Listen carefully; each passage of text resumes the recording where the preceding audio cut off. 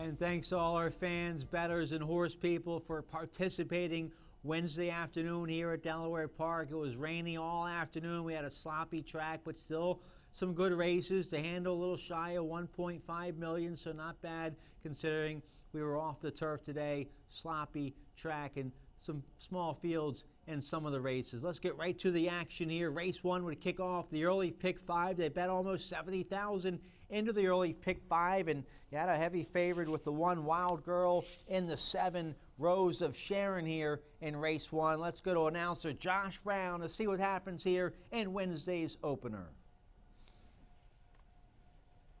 Away and running to a picture-perfect start. Good speed in the center for Step Lightly today. The rail speed of Wild Girl trying to punch on through, and falling was number 2 Wicked Kitten. The 2's out of the race. So Step Lightly leads in the first furlong, but Rose of Sharon is right there up in the ante on the far outside, and Wild Girl rides that rail. Angel Mesa came away in 4th, and Alma Pura is second last, and Stella Diamore's last of the 6. A new leader, Wild Girl surges to the top in hand around the far turn with 3.5 furlongs to go, but Rose of Sharon eyeballs Step Lightly, and those 3 are stacked across the track. Angel Mesa's committed to a 4-wide kick. Alma Pura's right there in for the fight, and Stella Diamore has dropped away. The quarter pole looms, and still a fantastic battle on the front end, and 5 of them have a fighting chance. Step Lightly tries to take the lead again from Wild Girl. Rose of Sharon 3 deep, 4 wide Angel Mesa, and Alma Pura is trying to find a seam. They're homeward bound. Wild Girl's kayaks up that rail to put a neck in front,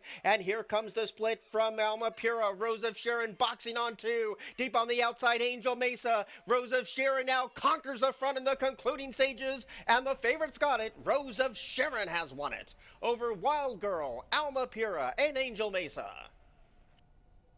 The 3-year-old filly Rose of Sharon gets her second lifetime win in race 1, which was a 12-5 2-life claimer for filly mares going short, and Rose of Sharon wins first off the claim for trainer Andy Simoff, who's stabled here at Delaware Park, and Julio Hernandez gets the win on Rose of Sharon. That's Julio's 6th win of the meet. Rose of Sharon pays $5.60 in race 1 to kick off the early pick 5. Let's take a look here at the second race. Race 2 would kick off the early pick 4. It was a beaten 5,000 claimer for filly mares 3 and up, going 6 furlongs. Let's check out Josh's call here for race 2.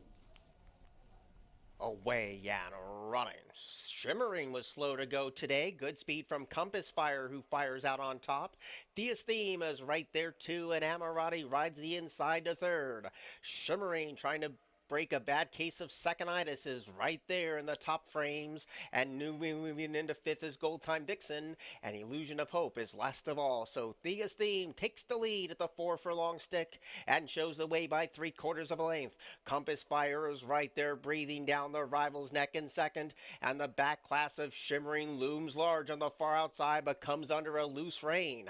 Amorati's in that 4th place position. Gold Time Vixen is gathering momentum, and Illusion of Hope is last of all. Here's the 5/16 pole, and Shimmering is a weakening 3rd with a lot of show money too. Here's the top of the stretch, and Thea's Theme's the first one to kick. Compass Fire's right there to take the fight to that rival. Shimmering is trying to hold on to 3rd and is off the board as Amorati passes that rival. They're inside the final furlong, and now Compass Fire confronts Thea's Theme and takes the lead with 100 yards left to go. Compass Fire inching away, and Compass Fire with a gutsy win today. Thea's Theme was 2nd, Amorati was 3rd, and Gold Time Vixen's in a photo with Illusion of Hope for 4th. The 5-year-old mare by Midshipman Compass Fire gets her 4th lifetime win. She's now a perfect 2 for 2 on a sloppy track. Jose Batista, a good ride there for owner-trainer Christopher Seal. Compass Fire pays $4.40 in race 2. Race 3 would start the middle pick 5. They bet over 26,000 into the middle pick 5 starting in the 3rd. Nice group of 25,000 starter allowance runners 3 and up going 6 furlongs. My price play of the day was in race 3. That was the 3 great quality. Scratched the 4 from the 3rd. Let's see the action here from race 3. Away and running. Good speed in the center for great quality today. Right next door is Otter Creek, and in those yellow colors, Set for Life is right there too. And the pace is soft over the slop. Grim Reaper came away a handy fourth. Boyd's Band's a hustling fifth. And Lou's Birthday is last of all, but only 2.5 lengths would cover the lot. So great quality emerges from out of the crowd with a nice and relaxed lead. Let's call it one. And Grim Reaper's right there trying to attack the pace from second. Set for Life is right there in a position to challenge, and Boyd's Band's in a very tight spot. Lou's Birthday loops up on the far outside and teams up with Otter Creek for that fifth place position. Here's the 5/16 pole, and great quality going as smooth as silk right now, leads by 1.25 lengths. Grim Reaper trying to bridge that divide ever so slowly. Set for Life is right there battling on, and so is Boyd's Band at the top of the stretch. Great quality is 5 paths steep, but pushes come to shove, and Set for Life comes calling for the lead. Boyd's Band's in for the fight, and Grim Reaper has all of this momentum. It's down to 2, and Grim Reaper slowly inching away from Set for Life, Boyd's Band, in great quality, but Grim Reaper's nicely clear at 2-1. Grim Reaper has won it over Set for Life, Boyd's Band, and great quality stopped to a walk.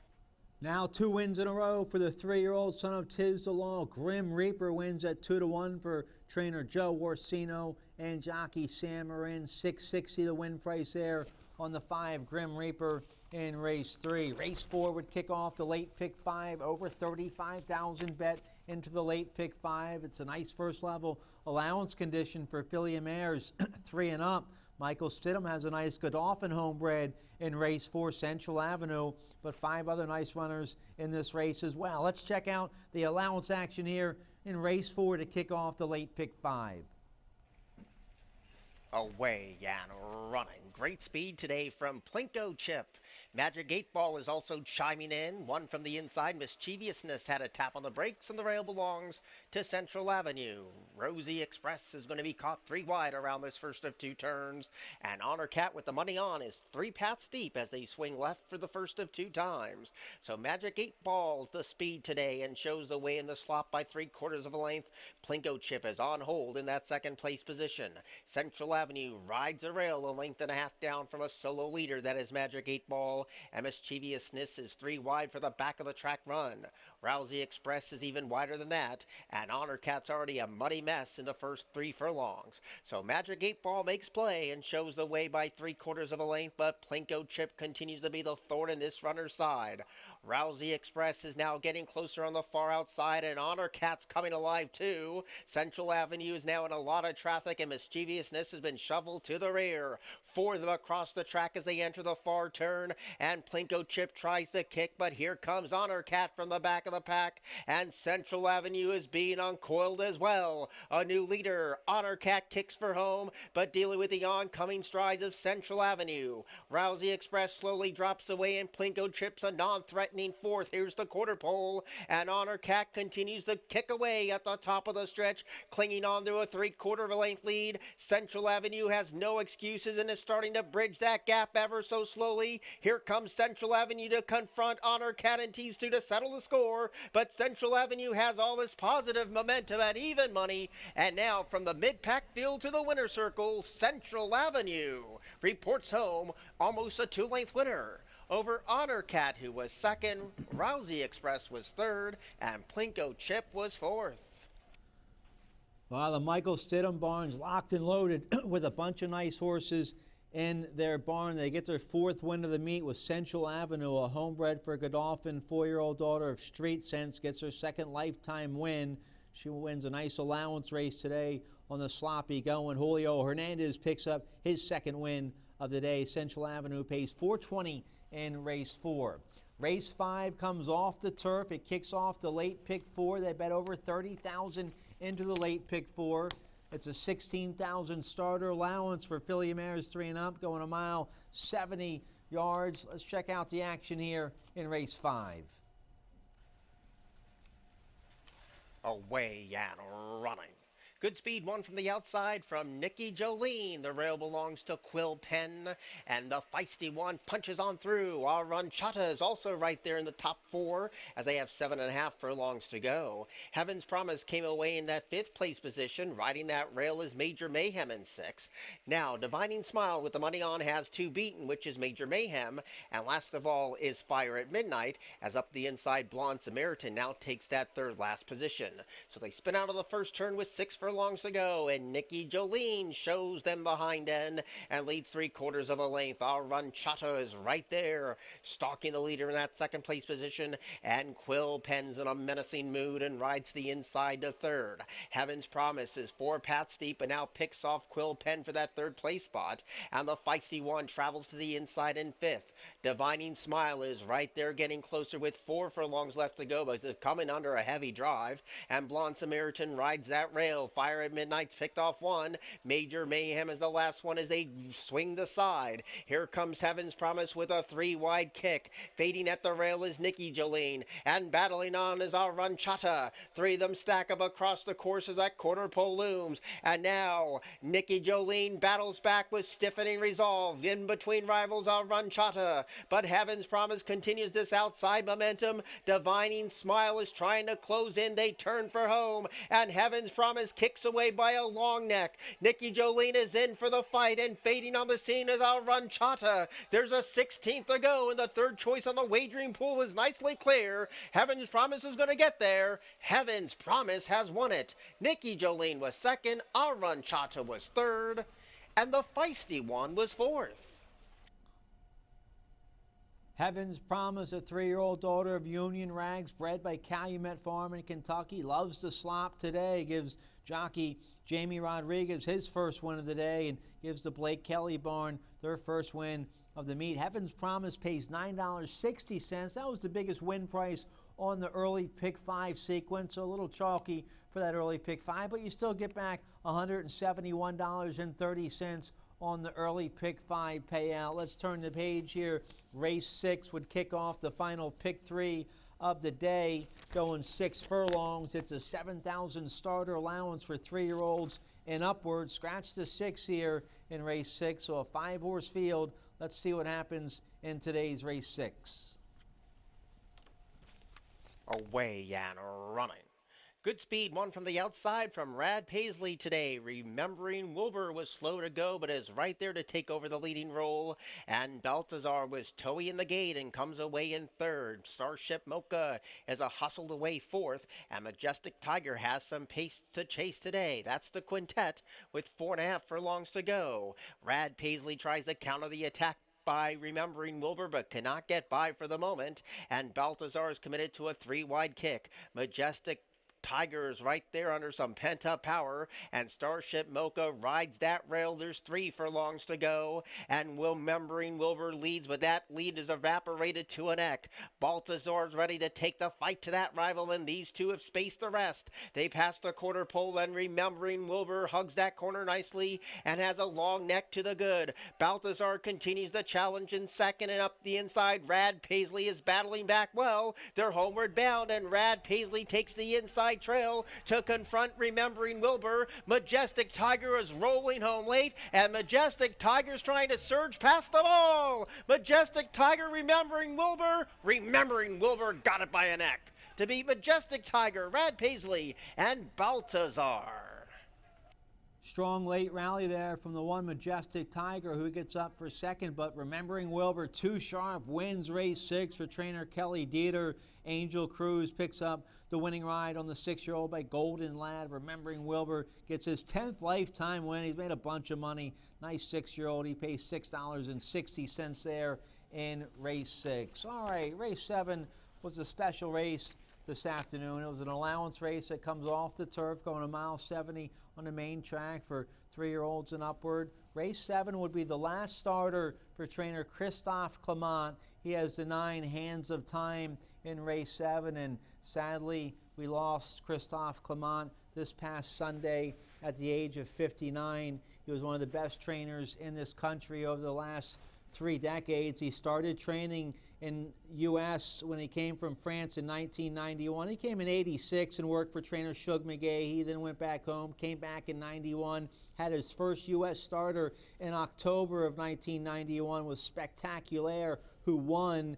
And then Christophe Clement would go on to have a fabulous career. He won almost 2,600 races. 286 of those were graded stakes wins. Overall, he won 611 total stakes.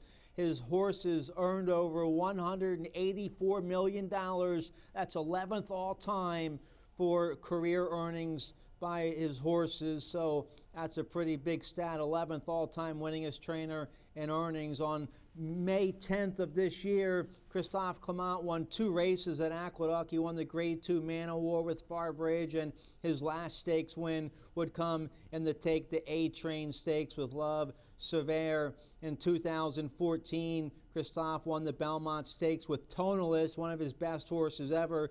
Tonalist would go on to win 2 runnings of the Grade 1 Jockey Club Gold Cup and also the Grade 1 Cigar Mile. Christophe, perhaps his best horse, most accomplished horse, was Gio Ponte, a 2-time turf champion who won 7 Grade 1 wins and made over $6.1 million in career earnings. Pizza Bianca won the Breeders' Cup a few years back for Christophe. So a fabulous career. We lost him way too early. He died at 59.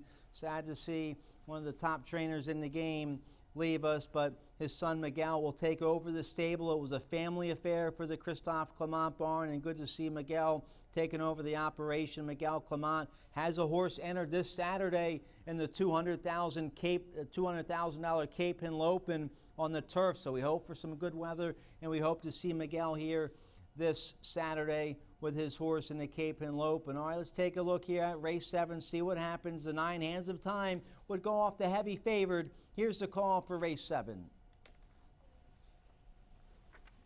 Away and running. Good even start. Speed from the inside from Heggs today. The pink cap of Mika's right there, and so is Hands of Time. And those 3 are trading blows at the 7.5 furlong pole. Sky Masterson pops off that fence to fight with Arctic Outbreak for that 4th place position. And Harrigan's last of all, 7 furlongs out in the slop and the goo. And Mika leads the way by a length and a tail. On the outside, Hands of Time is right there, eager to go, but Jamie says no, not yet. And Heggs rides that sloppy rail to the 3rd place position. There's a gap of 3 to the outside of Arctic Outbreak, inside of Sky Masterson, and Harrigan a muddy mess at the back of the pack.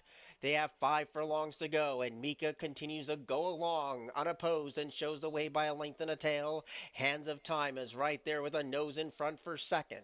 Heggs is ground saving now, tries to battle back with 4 furlongs to go. Arctic Outbreak comes under a ride. Sky Masterson needs to sprout wings, and Harrigan still last of all. They turn again, and Mika shows the way and is slowly inching away from the opposition and leads by 3. Hands of Time is holding on to 2nd. Arctic Outbreak closing in. Heggs has no more to give, and Harrigan is closing in as that quarter pole looms. Mika's looking for a danger, and right now there's none in sight. Hands of Time trying to salvage 2nd. Harrigan comes bouncing up the rail. Arctic Outbreak is deep as they turn to the top of the stretch, and it's Mika who has a very comfortable lead. Harrigan is giving game chase in 2nd. Hands of Time didn't like the slop today. Sky Masterson rides the rail, and Arctic Outbreak just at this one pace, but Mika at 8-5 just run up the score. Mika coast home with a dominating score. Harrigan was 2nd, Sky Masterson 3rd, Hands of Time 4th, Arctic Outbreak 5th, and Heggs was the last one home. Mika runs out of the picture in race 7. A nice homebred for Nice Guys Stable. 3-year-old son of Catholic boy gets his 2nd lifetime win. Good to see my buddy Sheldon Russell up here winning a race this afternoon. He wins on Mika for his wife Brittany Russell. $540 the win price there on Mika in today's allowance feature of the day. Let's take a look at the 8th and final race. Going 6 furlongs, claiming 12.5, 2 life for 3-year-olds and upward. Scratch the 4. Let's take a look at race 8 and see what happens. Away and running. Great speed today from Doc's got all the candy, but the posse descends. Stormy Hollow is right there too, and up the inside Maximus Speed is trying to squeeze on through, and Superness dons the back cap. So those are the four of them as they fly down the back of the track. And Magic Who is last of all. So it's a three-pronged battle as they go down to the 4 furlong pole. Stormy Hollow emerges out of the crowd with a nose in front. Doc's Got All the Candy sticking to that rival in second. Maximus Speed just got a pop of the crop and not responding as the public's pick. Superness is trying to pass that rival. And Magic Who still last of all. Here's the 5/16 pole. Doc's Got All the Candy puts those yellow blinkers in front. Stormy Hollow tries to counter in second. Superness is coming alive in third. Maximus Speed just did not take to the slop today. And Magic Who is last of all. They're homeward bound now, and Doc's Got All the Candy slowly slipping away. Leads by a long neck. Stormy Hollow's in for the fight and battles back with everything he has. Stormy Hollow, Doc's Got All the Candy. These two are in step with 100 yards to go. Doc's Got All the Candy kayaks his way to the top, and Doc's Got All the Candy has won it over Stormy Hollow, Maximus Speed, Superness, and Magic Who. Now 2 wins in a row for the 3-year-old. Doc's Got All the Candy. 3-year-old Son of Opportunity gives Jamie Rodriguez his second win of the day and gives Anthony Pecoraro a nice win on a rainy afternoon. Doc's Got All the Candy, a $4.40 winner to wrap up the finale here on a Wednesday afternoon of racing. The late pick 5 paid $220. The middle pick 5 that wrapped up in race 7, that paid $250. The middle pick 5, that was the biggest pick 5 payout this afternoon, as we were a little chalky this afternoon on a sloppy track. Let's get a quick commercial break. When we come back, I'll tell you about my best bet and price play for Thursday this week at Delaware Park.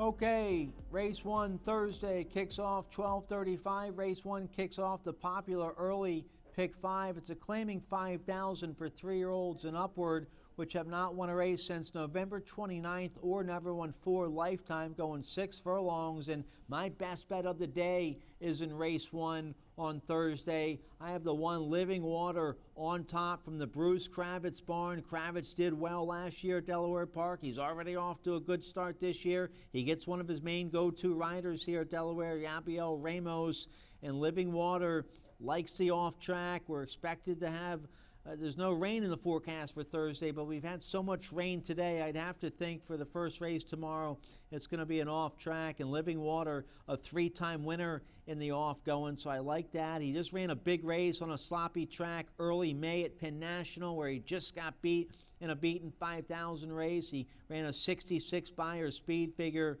so that was a big race. This horse has some early speed. He draws the 1 hole. It looks like he towers over the field. He likes an off track if we get an off track. So I love the 1 Living Water, my best bet of the day. I think if we can get 8-5 on him, that'd be a great price on a best bet of the day. My price play will come in race 6. Going a flat mile on the main track, 8,000 starter allowance, optional claiming 12,000 for 3-year-olds and upward. There's some tough runners in here. There's some real tough customers in here. The 2 Yodel EA Who from the Jamie Ness barn. He's a 9-year-old with 18 wins, over 700,000. He's won 2 in a row against easier company. He's stepping up to a tougher race on Thursday. He's 7-5 morning line with Michael Sanchez aboard. He's a 4-time winner in the off-going, so he's one of the horses to beat. The 4 Cupid's Dudes 8-5 morning line with Paco Lopez aboard for Juan Avila. He's been running well against Starter Allowance Company down at Tampa. He's a 2-time winner in the off-going. But I like the one JJD as a price play here in race 6. He might not win, but I think he'll run a big race and hopefully at least finish second for you. This 8-year-old's a 22-time winner. He's made almost $500,000. He's a 6-time winner on the off-going. So if we have an off-track on Thursday, I love the one JJD. Martin Chuan should get a ground-saving trip on this 8-year-old and be right there when they turn for home. So 4-1, he's going to be about third choice in the betting. So 4-1, that'll be a good price on the one JJD. My price play of the day in race 6. We hope you can join us. We'll have 3 pick 5s as always. Early pick 5 starts race 1, middle pick 5 starts race 3, and the late pick 5 starts in race 4. We hope you can join us. First race post time on Thursday, 12:35. Thanks again for today, and have a great night.